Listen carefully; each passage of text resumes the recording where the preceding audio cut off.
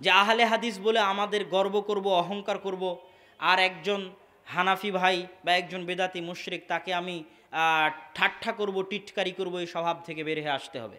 এটা হচ্ছে ইসলাহে আহলিল হাদিস, আহলে হাদিসদের ইসলাহের জন্য বলতেছি। আল্লাহ সুবহানাহু তাআলা কাউকে ইবাদত করার পরও জাহান্নামে দিবেন, আর কাউকে গুনাহ করার পরও জান্নাতে দিবেন। কি জন্য জানেন? কেউ যদি ইবাদত করতে করতে অন্তরে অহংকার চলে আসে যে আমি আল্লাহর কত ভালো বান্দা আর এই কত খারাপ বান্দা, নামাজ পড়ে না, মুখে দাড়ি নাই, তাহলে আল্লাহর আত্মমর্যাদায় আঘাত লাগে। কেউ যদি বলে যে অমুক জেনা করে ওকে আল্লাহ ক্ষমাই করবে না, অমুক তো মদ খায় ওকে আল্লাহ ক্ষমাই করবে না, আমি তাহাজ্জুদ সালাত আদায় করি, আমি কত ভালো, অমুক তো সেই খারাপ, এই অহংকার যদি ভিতরে চলে আসে আল্লাহর আত্মমর্যাদায় আঘাত লাগে। আল্লাহ বলে যা ওকেই ক্ষমা করে দিলাম, তোকেই জাহান্নামে দিয়ে দিলাম। আর গুনাহ করে কিভাবে জান্নাতে যাবে? ইবনুল কাইয়িম রাহিমাহুল্লাহ বলছে কেউ যদি গুনাহ করার পর ওই গুনাহের বোঝা তার উপর এত বেশি মনে হয়, এত বেশি মনে হয়, গুনাহের বোঝা তার উপর পাহাড়ের মতো, হিমালয় পাহাড়ের মতো মনে হয়, আর সে আল্লাহর দরবারে কাঁদতে থাকে, আল্লাহর দরবারে নত হতে থাকে, আল্লাহর দরবারে ছোট হতে থাকে, তো আল্লাহর দরবারে এই নত হওয়া, ছোট হওয়া, কাদা, এটা আল্লাহর অনেক প্রিয়। তো এই যে গুনাহ করার পরে সে আল্লাহর দরবারে নত হলো, ছোট হলো, এই নত ছোট হওয়ার কারণে আল্লাহ তাকে এমনভাবে ক্ষমা করে দিবেন যে গুনাহটা নেকিতে পরিণত করে দিবেন, এবং তাকে গুনাহ করার পরেও আল্লাহ জান্নাতে দিয়ে দিবেন। আর আপনি আহলে হাদিস হয়ে যদি অহংকার করেন, উমুককে শয়তান ইবলিস বলে গালি দেন, কারো হেদায়া পুড়িয়ে ফেলবেন, তুমুক করবেন, আপনি একাই জান্নাতে চলে গেছেন, হিন্দু জান্নাতে গেলেও হানাফি জান্নাতে যাবে না, এই ধরনের অহংকার যদি ভিতরে চলে আসে, এই অহংকার আপনার জাহান্নামে যাওয়ার কারণ হবে। ফেরকায়ে নাজিয়া নাম দিয়ে হয় না, ফেরকায়ে নাজিয়া কি দিয়ে হয় না? নাম দিয়ে হয় না। আপনি আহলে হাদিস দাবি করবেন তাই আপনি ফেরকায়ে নাজিয়া হয়ে গেলেন, অসম্ভব। ফেরকায়ে নাজিয়া বৈশিষ্ট্যের নাম। আহলে হাদিস বা আহলুস সুন্নাত ওয়াল জামাত বা সালাফি মানহাজের বৈশিষ্ট্য যদি একজন হানাফির মধ্যেও থাকে, তবুও সে ফেরকায়ে নাজিয়ার অন্তর্ভুক্ত, যদিও সে নিজেকে আহলে হাদিস না বলে। কিয়ামতের মাঠে দেখা হবে না কার নাম, এই তোমার নাম মোহাম্মদ, তুমি জান্নাতে চলে যাও, দেখা হবে নাকি? এই তোমাদের নাম ফাতেমা, তোমাদের নাম আলী, সব জান্নাতে চলে যাও, এটা দেখা হবে? এ তোমরা সবাই নিজেদেরকে আহলে হাদিস বলতে, দুনিয়াতে বল্লার মানুষ, সব জান্নাতে চলে যাও, এটা বলা হবে? অসম্ভব। এখানে নামের কোনো মূল্য নাই, আমলের মূল্য। আল্লাহর দরবারে নামের কোনো মূল্য নাই, চেহারা শরীরের কোনো মূল্য নাই, আমলের মূল্য। এই জন্য আহলে হাদিসদেরকে অহংকার থেকে বের হয়ে আসতে হবে, নত হতে হবে আল্লাহর দরবারে, এবং একটা দেশে নত হয়ে দাওয়াতি কাজ করতে হবে। ভাই মনে করে হাত পা ধরে, ভাই আয় তুই তুই এই বেদাতের মধ্যে আছিস, সেটা অনেক খারাপ কাজ, জাহান্নামে যাবে, আমি তোর ভালো চাই, কল্যাণ চাই, ভাই তুই এদিকে আয়, হাত পা ধরে কান্নাকাটি করে দাওয়াত দিতে হবে, আর নাম দাওয়াত। অহংকার দিয়ে দাওয়াত দেওয়ার নাম দাওয়াত নয়। তারপরের কথা, সালাফি মানহাজ আর সালাফ আল হিজব, সালাফি দল এবং সালাফি মানহাজের মধ্যে পার্থক্য আছে। সব সালাফি দলই সালাফি মানহাজের অন্তর্ভুক্ত, এতে কোনো সন্দেহ নাই। বাংলাদেশে যত সালাফি দল আছে, পাকিস্তান, ভারতে যত সালাফি দল আছে, সবাই সালাফি মানহাজের অন্তর্ভুক্ত, যদি সালাফি মানহাজের বৈশিষ্ট্য তাদের মধ্যে থাকে, এতে কোনো সন্দেহ নাই। কিন্তু আমি একটা নির্দিষ্ট সালাফি দলের সাথে থাকলেই আমি সালাফি, আমি আহলে হাদিস। আমি একটা নির্দিষ্ট আহলে হাদিস দলের সাথে থাকলেই আমি আহলে হাদিস, আর না থাকলে আমি আহলে হাদিস নই। এই মতবাদ ভ্রান্ত, এই আকিদা ভ্রান্ত, এই আকিদা পরিবর্তন করতে হবে। এই আকিদার কোনো অস্তিত্ব নাই যে কোনো নির্দিষ্ট একটা দলের ফরম পূরণ করে সদস্য কর্মী না হলে উমুককে সভাপতি, উমুককে আমির, তুমুকের হাতে বায়াত, এই সিরিয়ালে যদি আমি না থাকি তাহলে আমি আহলে হাদিস নই। এই আকিদা কি আকিদা বলেন তো? ভ্রান্ত আকিদা। এবং জামাতবদ্ধ জীবনযাপন মানে কি? জামাতবদ্ধ জীবনযাপন মানে কি? আমি জামাতি ইসলাম জামাতবদ্ধ জীবনযাপনের কথা বলে, তাবলিগ জামাত জামাতবদ্ধ জীবনযাপনের কথা বলে।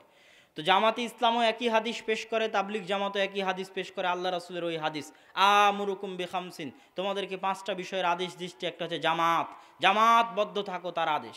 ওই হাদিসে আল্লাহ রাসূল বলছেন মান খালা, কেউ যদি জামাত থেকে 1 বিঘত পরিমাণ, শিবরন 1 বিঘত পরিমাণ দূরে চলে যায়, তাহলে খালা আন রিবকিল ইসলাম, তার কাঁধ থেকে ইসলাম বের হয়ে যাবে। আর এক হাদিসে রাসূল সাল্লাল্লাহু আলাইহি ওয়াসাল্লাম বলছেন মুসলমানের রক্ত হারাম, মুসলমানের ধন সম্পদ হারাম, মুসলমানের সম্মান হারাম। রক্ত হারাম মানে মারা যাবে না, হত্যা করা যাবে না। ধন সম্পদ হারাম মানে চুরি করা যাবে না, ডাকাতি করা যাবে না। আর সম্মান হারাম মানে গীবত করা যাবে না, অপবাদ দেওয়া যাবে না। কেমন হারাম? কাবা ঘরের চাইতে বেশি হারাম। কাবা ঘর ধ্বংস করলে যতটা গুনাহ হবে, একটা মুসলমানকে হত্যা করলে তার চেয়ে বেশি গুনাহ হবে, আল্লাহর রাসূলের কথা সাল্লাল্লাহু আলাইহি ওয়াসাল্লাম। তো আল্লাহ রাসূল বললেন মুসলমানকে হত্যা করা হারাম, তবে 3 শ্রেণীর মুসলমানকে হত্যা করা যায়।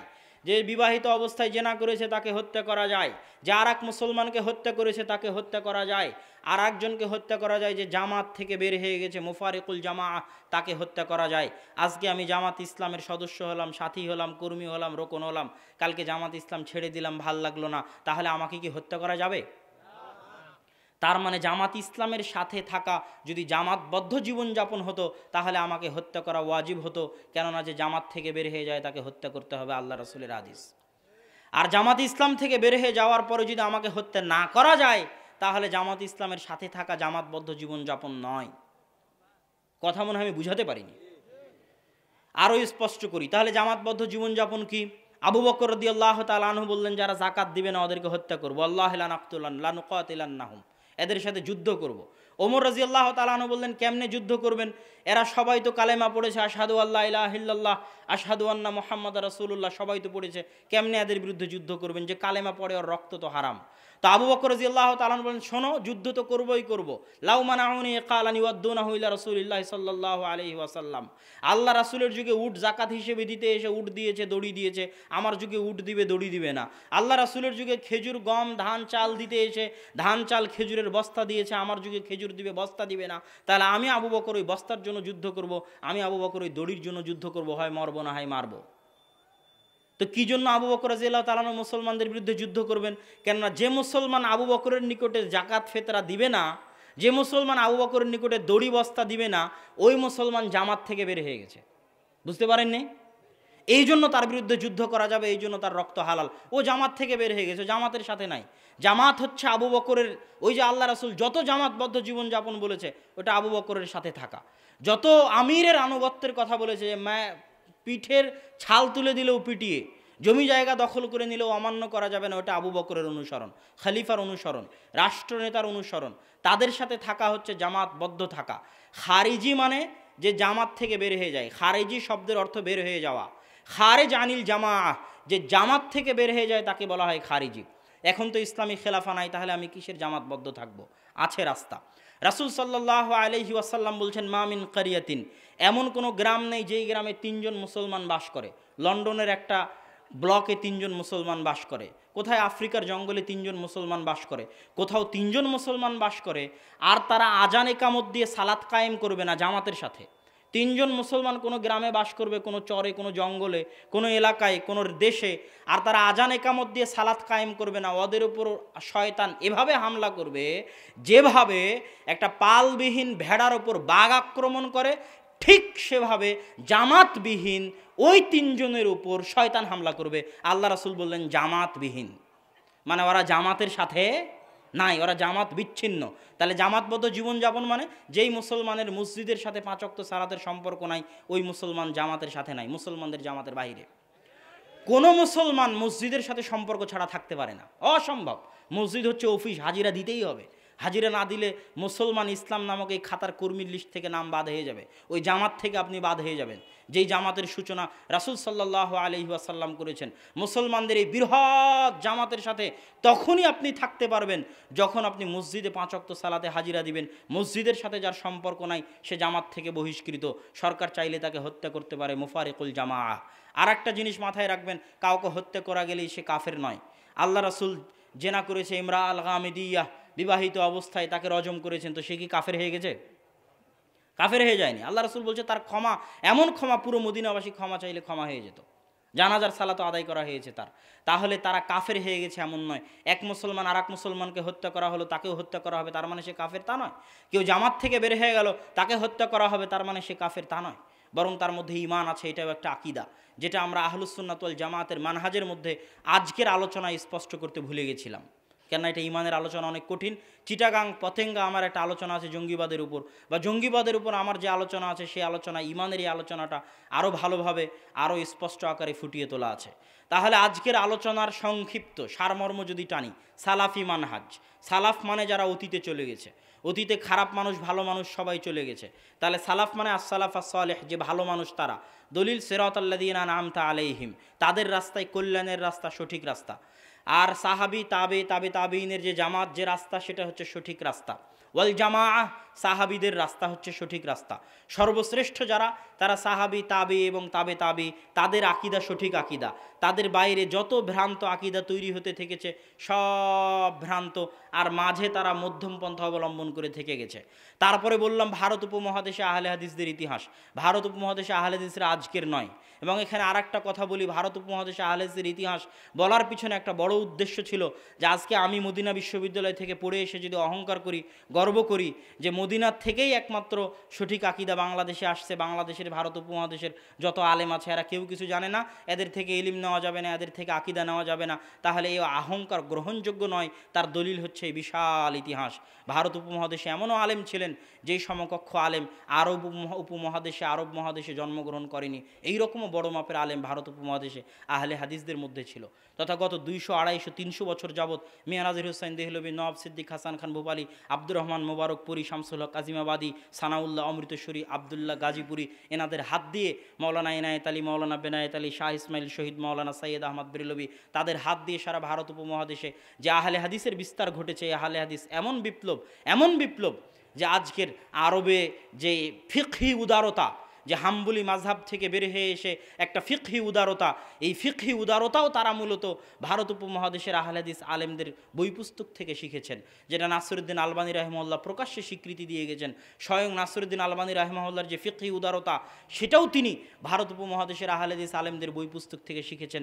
সুতরাং আমরা যেন অহংকার না করি, আমরা যেন সবাইকে মূল্যায়ন করি। মদিনা ইসলামী বিশ্ববিদ্যালয় দিয়ে যে খেদমত হচ্ছে, এই খেদমত অন্য কিছু দিয়ে সম্ভব নয়।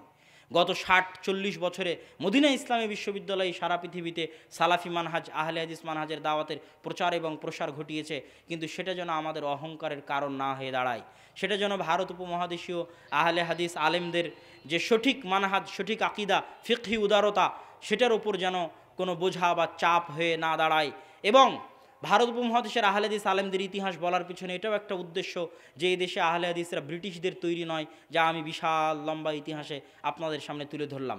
তারপরের আলোচনা ছিল আহলে হাদিস নাম দিয়ে কাজ নাই, এবং আহলে হাদিস বৈশিষ্ট্যের অধিকারী হতে হবে, এবং আহলে হাদিস হওয়ার জন্য নির্দিষ্ট দলে অংশগ্রহণ করা জরুরি নয়। যদি এটা মনে করা হয় তাহলে এটা হিজবিয়া, আর হিজবিয়া হচ্ছে ইসলাম বিরোধী, এটা হচ্ছে সাম্প্রদায়িকতা, এটা হচ্ছে দলান্ধতা, আর দলান্ধতা সাম্প্রদায়িকতার কোনো স্থান ইসলামে নাই, যেটারও একটা বিশাল লম্বা হাদিস আছে আনসারীদের, যেটা তার প্রমাণ বহন করে। তো আল্লাহ সুবহানাহু ওয়া তাআলা বাংলাদেশের, ভারত উপমহাদেশের আহলে হাদিসদেরকে উদারতার সাথে, যাবতীয় দলীয় দলান্ধতা, সাংগঠনিক বিচ্ছিন্নতার উপরে উঠে উদারতার সাথে সঠিক আকীদা এবং আমলের দাওয়াত দেওয়ার তৌফিক দান করুক, আল্লাহুম্মা আমিন। আরও একটা বিষয় বোঝানোর উদ্দেশ্য ছিল, সেটা হচ্ছে অহংকার যেন না আসে, যেটা আমি আলোচনার মধ্যে স্পষ্ট করেছি। দাওয়াত দিতে হবে কাউকে ছোট করে নয়, কটাক্ষ করে নয়, তুচ্ছ করে নয়। হানাফি হলেও, দেওবন্দি হলেও, বেরলভী হলেও, বেদাতি হলেও তাকে বেদাতি বলা যাবে না। রাসূল সাল্লাল্লাহু আলাইহি ওয়াসাল্লাম হেরাক্লিয়াসের কাছে যখন চিঠি লিখেছেন তখন বলেননি ইয়া কাফের, চিঠি খুলে দেখেন, আল্লাহ রাসূল বলেননি যে ইয়া কাফের, বলেছেন? চিঠিতে আল্লাহ রাসূল বলেননি যে হে কাফের তুমি আসো ইসলাম গ্রহণ। কাফের বললেই তো লাথি মারবে চিঠিতে, বুঝতে পারেননি? তিনি বলেছেন আজিম, এভাবে বলেন আজিম, হে মহান, মহান সম্রাট। আল্লাহ রাসূল তাকে মহান বলে সম্বোধন করেছেন। হেরাক্লিয়াসকে যে চিঠি রাসূল সাল্লাল্লাহু আলাইহি ওয়াসাল্লাম লিখেছেন। এখন আপনি যদি দাওয়াত দিতে গিয়ে বলেন এই বেদাতি, তাহলে দাওয়াত গ্রহণ করবে? তাহলে এই মুশরিক, তাহলে দাওয়াত গ্রহণ করবে? করবে না। এই মানহাজ রাসূল সাল্লাল্লাহু আলাইহি ওয়াসাল্লামের মানহাজ নয়। মুসা আলাইহিস সালাম ফেরাউনকে গিয়ে বলেন এই কাফের, এভাবে বলেনি। আল্লাহ সুবহানাহু ওয়া তাআলা মুসাকেও বলেছে যে তুমি ফেরাউনের সাথে যখন কথা বলবে নরম ভাষায় কথা বলবে। সুতরাং দাওয়াত দিতে হবে নরম ভাষায়। আল্লাহ সুবহানাহু ওয়া তাআলা আমাদের সেই তৌফিক দান করুক, আল্লাহুম্মা আমিন। ওয়া আখিরু দাওয়ানা আলহামদুলিল্লাহি রাব্বিল আলামিন। আসসালামু আলাইকুম ওয়া রাহমাতুল্লাহি ওয়া বারাকাতুহু।